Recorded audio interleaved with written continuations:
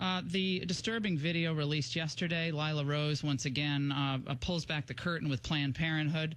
It turns out one of the Planned Parenthood head honchos, she swirls a glass of Cabernet. Have you seen the video? Do you know what I'm talking about? Oh, it's mine. Well, think about this. I got attacked. In fact, Planned Parenthood and Emily's List spent almost $6 million running attack ads against me last year when I was up for election, and they tried to confuse people. I defunded Planned Parenthood. I just think there's much better ways to provide assistance for women's health.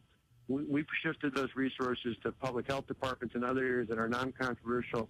And people said, "Oh, they tried to attack us on women's health." This is not about women's health. This is the sort of things that money for Planned Parenthood goes to, and it's outrageous. And certainly people like you and I are pro-life feel that way, but I think most Americans look at this and say, whether they think they're pro-life or not, that this is wrong. But these are the sorts of things that people like Hillary Clinton and President Obama and others stand up for. They're the ones who are the extremists. They're entertaining the idea of selling fetal body parts, which they then say, well, that's just part of our fetal tissue program, Governor Walker. If you haven't watched this video, it's a few minutes long, watch it, because it as a mother, as someone who obviously is pro-life, I thought they were bad, but I didn't. This is a level of evil that I can't even express. And yet they're getting cover from all the usual suspects. Cover. And Republicans, what should Republicans on Capitol Hill, going back to doing what they say they're going to do, what should they do given this new news about Planned Parenthood?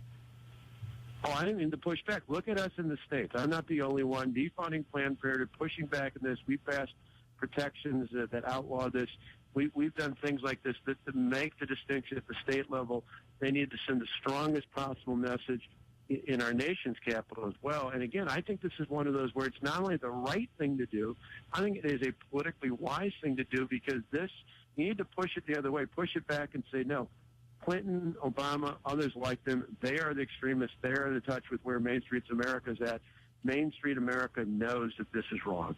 So you would push McConnell, Boehner, et cetera, to defund Planned Parenthood, get a bill on the president's desk, and do what you can to override any veto.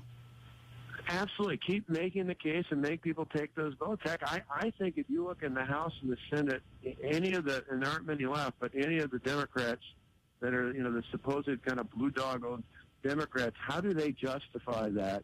How do they justify that in many of these battleground swing districts across America? This is what, I know over the years, and even in parts of my state that vote more Democrat than Republican, these are things that will still outrage people regardless of party, because people know what's right, they know what's wrong, and when they see a video like that, they know it's just wrong.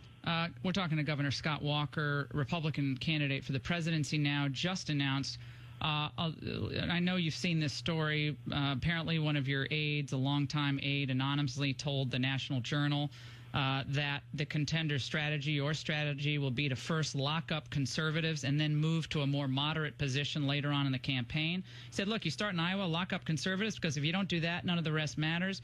And it's much easier to move from being a conservative to being middle of the road, moderate later on.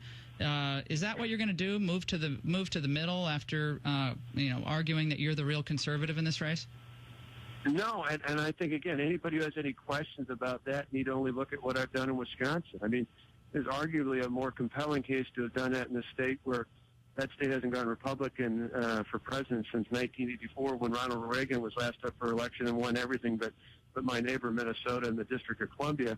No, that the distinction there is you make your case on strong conservative values, and then you talk about it in a way that not only gets the base ginned up, and supportive of that, you talk about it in a way that appeals to independents and even some discerning Democrats. That's what we've done. We've shown that can work.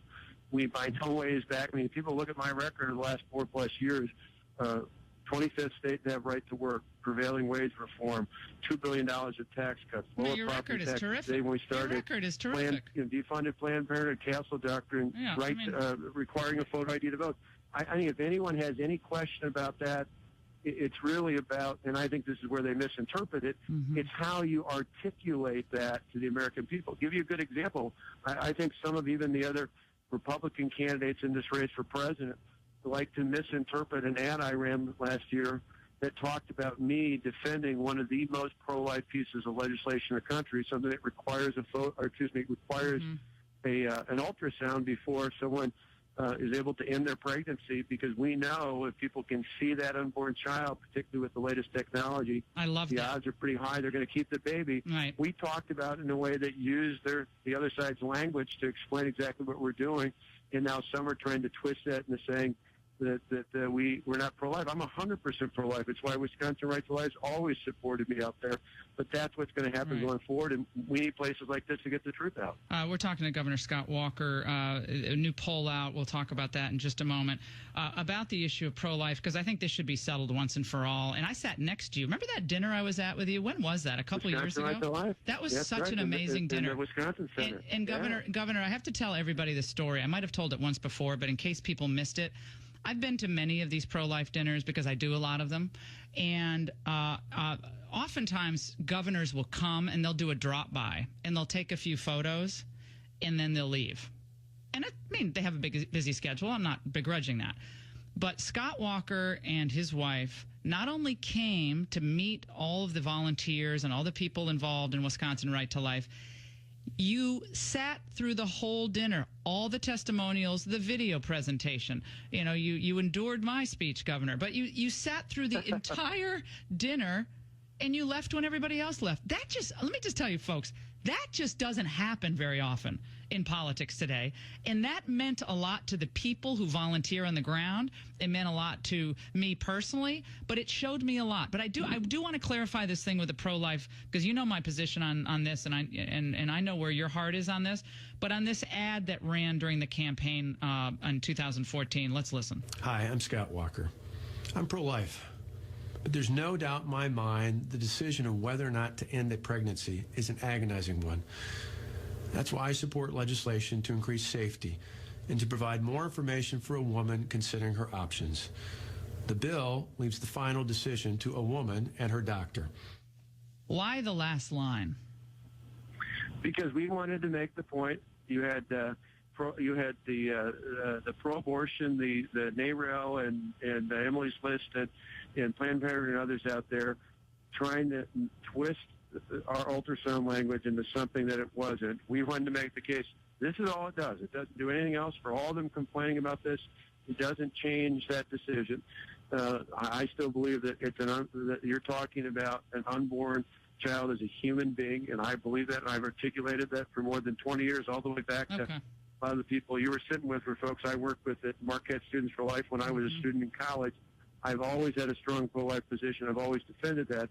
But for us, able to make and wipe that issue right off the table, because we pushed back and said what we were proposing was a positive, strong, common sense. But you don't believe. I just want to clarify this, Governor. You don't believe that. You don't believe the final decision should be between a woman and her doctor. You believe. No, I believe it's an unborn child. Okay. But my point was in pointing that out is the bill. All it does is require an ultrasound. It didn't change what the law. I get it. I get it. I think it was important that you said that, and we clarified.